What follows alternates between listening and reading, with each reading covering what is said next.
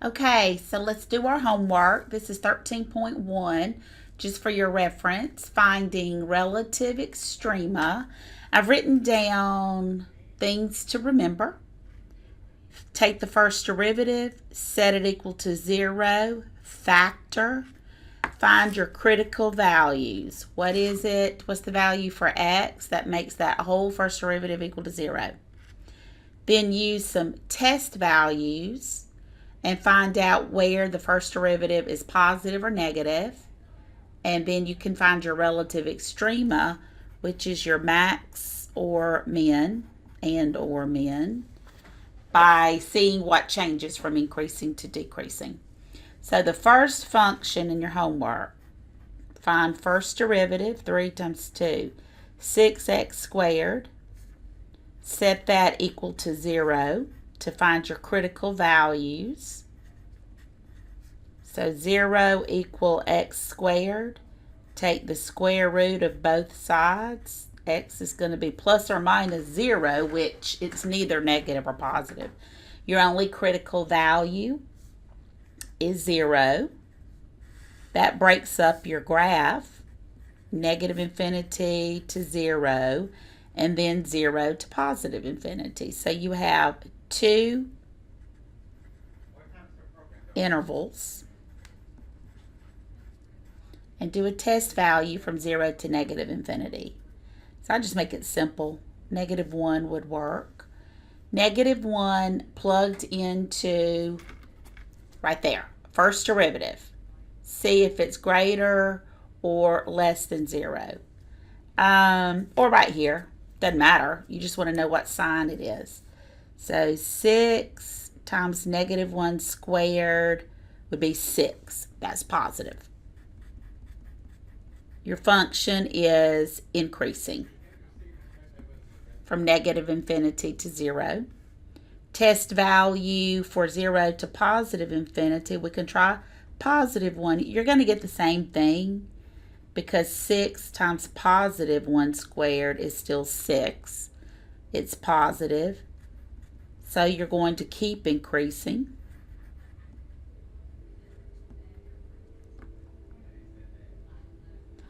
You do not change from increasing to decreasing at 0. So therefore, there is no max and no min. Okay. Number 11, y prime is 1 minus 2x plus 0, because the derivative of a constant is 0. Set 1 minus 2x equal to 0, and let's find out what x is. So I'm going to add 2x to both sides. X is 1/2. That's my critical value, or my cut point. I have two intervals, negative infinity to 1/2 and 1/2 to positive infinity. Let's see what my first derivative is right here. So a test value for this first, how about 0 for this first interval? Because it's to the left of 1/2.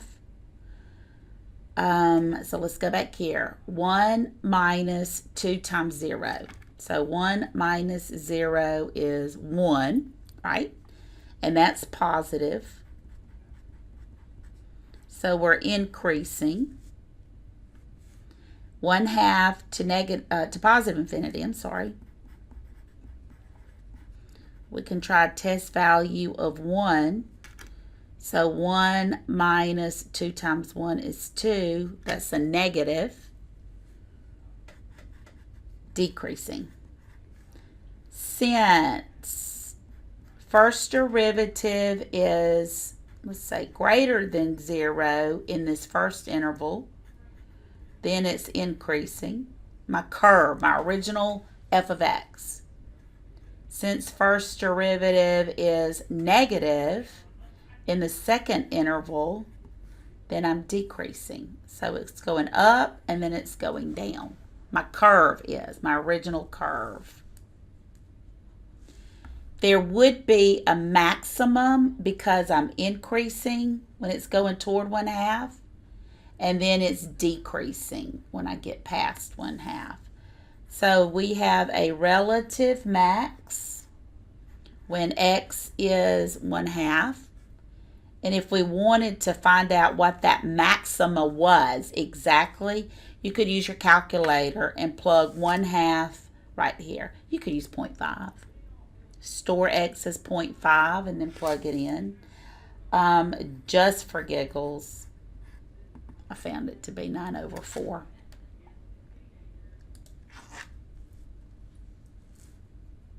All right, number 13. We need to find first derivative. This, if you wanted to rewrite it, it's negative 1/3 x cubed. If you can see that a little bit better, some people can. So 3 times negative 1/3. If you've got 1/3 and you multiply it times 3, the 3's go away. So you would still have negative x squared minus 4x plus 5.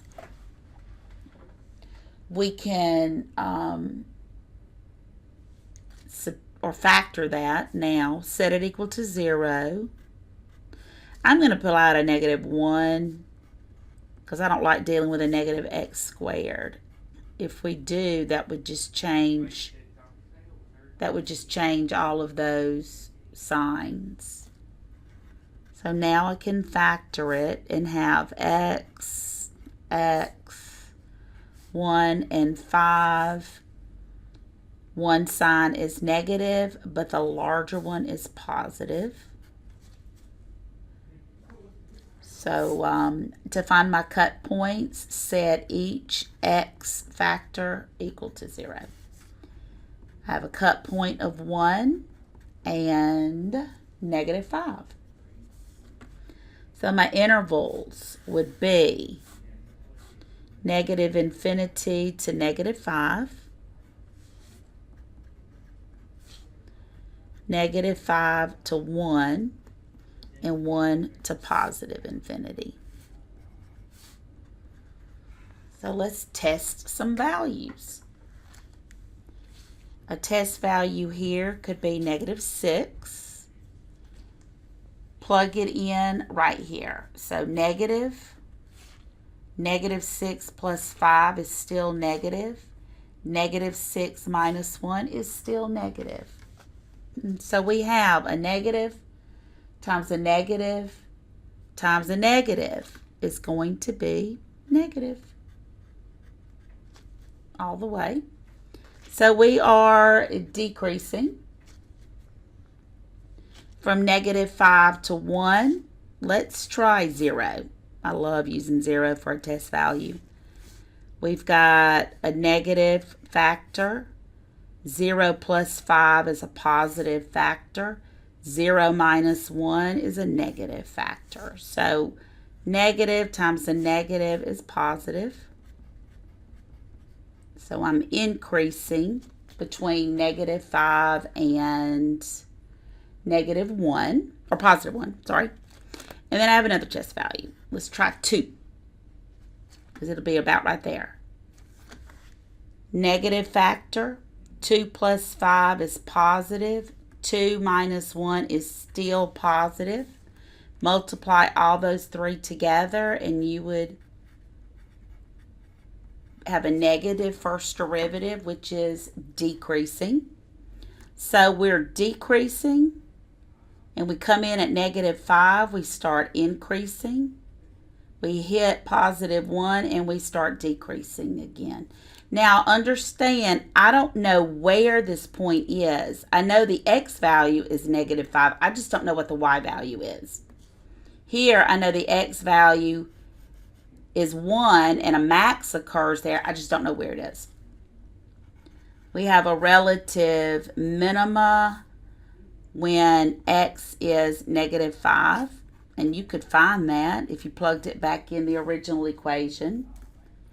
We have a relative max when x is 1. And you could find it by plugging it back in to the equation. All right. I think that's decreasing interval, increasing interval, decreasing, and then we can find out where we have a max or min. Number 17, first derivative. I need to set it equal to 0 and factor it. I think I can take out a GCF first. When you're factoring, always look for a GCF first. It's going to make it a little bit easier. X squared minus 4x plus 3. I think I did this in class today. I've got x minus 1, x minus 3. My critical values set each of your x factors equal to 0. So x equal 1 and 3. Those are your critical values. We have negative infinity to 1, 1 to 3, 3 to positive infinity. Test values. A number to the left of 1 would be 0. A number between 1 and 3, we could try 2. And to the right of 3 would be 4. All right, let's plug in 0. I have a positive. 0 minus 1 would give me a negative factor. 0 minus 3 would give me another negative factor. And that would end up being positive. So the function itself is increasing from negative infinity to 1. So we're going up. Here, let's plug in a 2. Positive, 2 minus 1 is positive. 2 minus 3 is negative. From 1 to 3, my function is decreasing. So right there we have a max. From 3 to positive infinity, let's see, test value of 4. 3 is positive. 4 minus 1 is a positive number. 4 minus 3 is a positive number. So it turns again and we're increasing. So we start decreasing and then we start going back up. So I have a min when x is 3. And a maxima when x is 1. And a minima when x equals 3. And if I asked you for the point, plug in for x to your original. Remember, we're analyzing the original curve, the original function, by using first and second derivatives. Just first derivative in this case. Okay, so we have another one.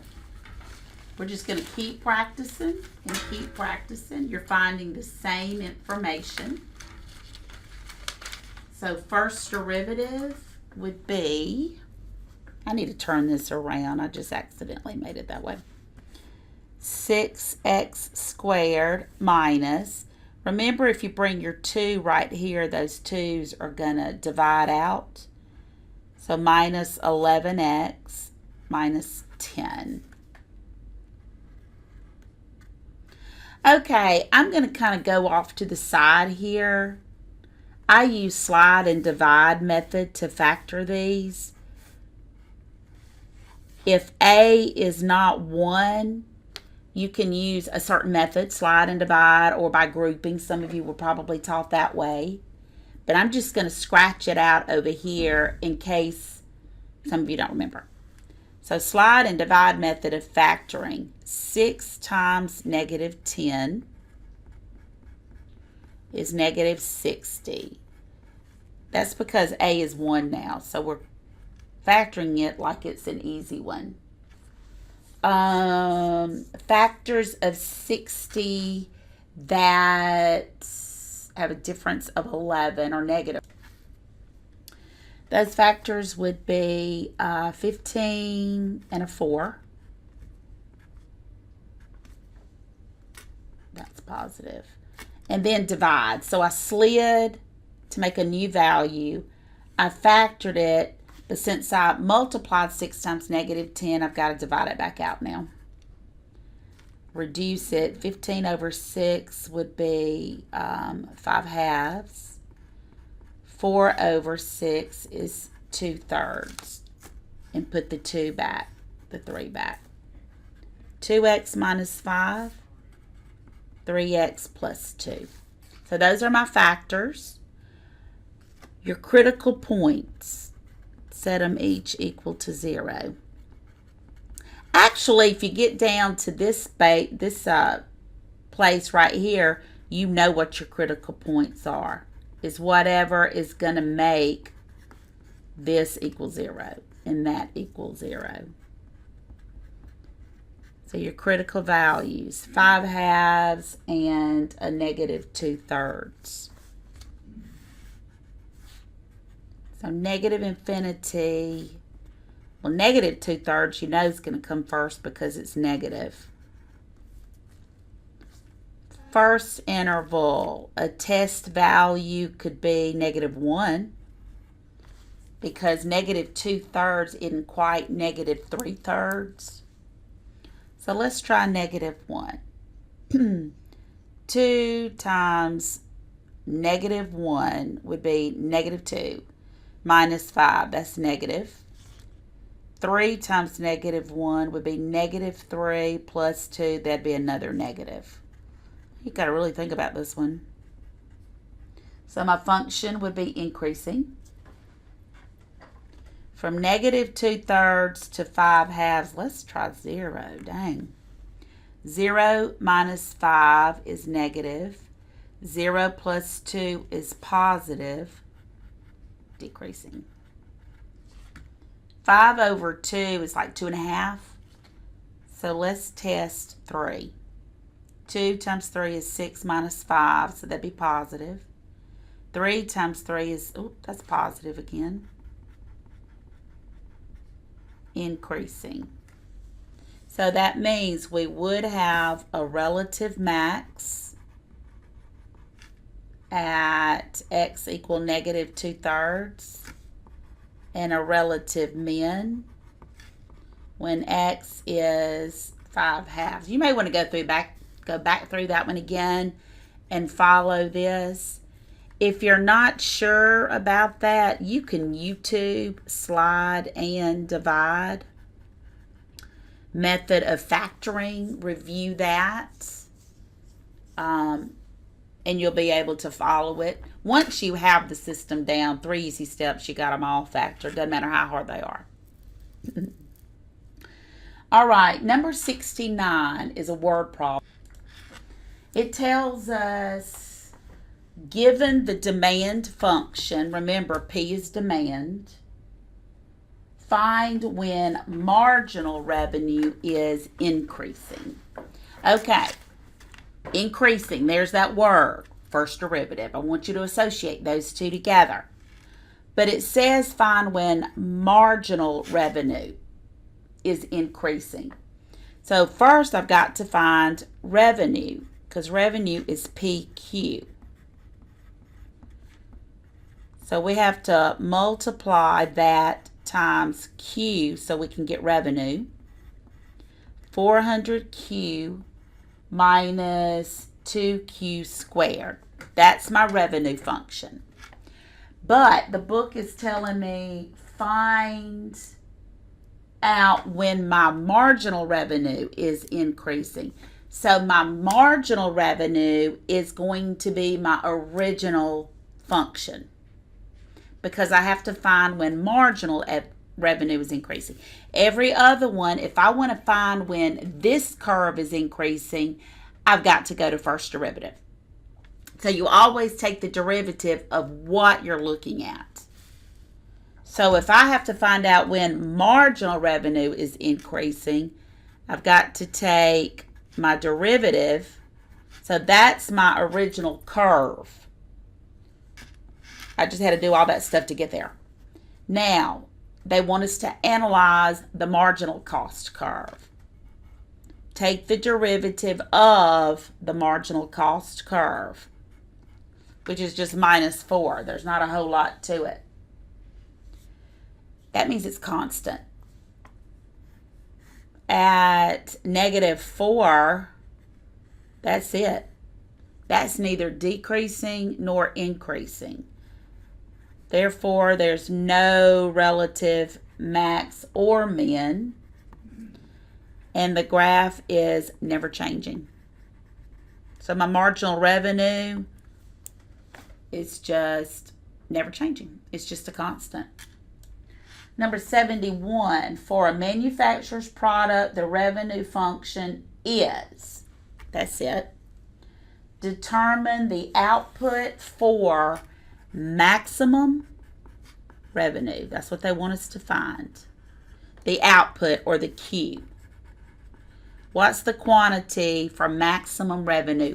Where is this curve the highest? That's what it's asking, because it's all about curves. The only way we find out increasing, and that's where we have a revenue, remember, when we're increasing and it turns to decreasing. Again, do the same thing we've done for the last 10,000 problems, it feels like. Take the first derivative. And then we're going to have to set it equal to 0. And I'm hoping 3 is going to factor out of all that to make my life easier. And I think it will.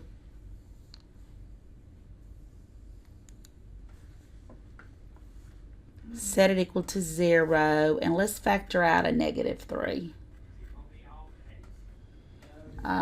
240 from -3 would be a -80.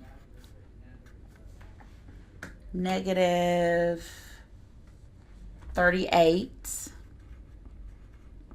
Q and a positive Q squared. Let me turn that around to where it looks like something that I would be able to factor. That looks a lot easier.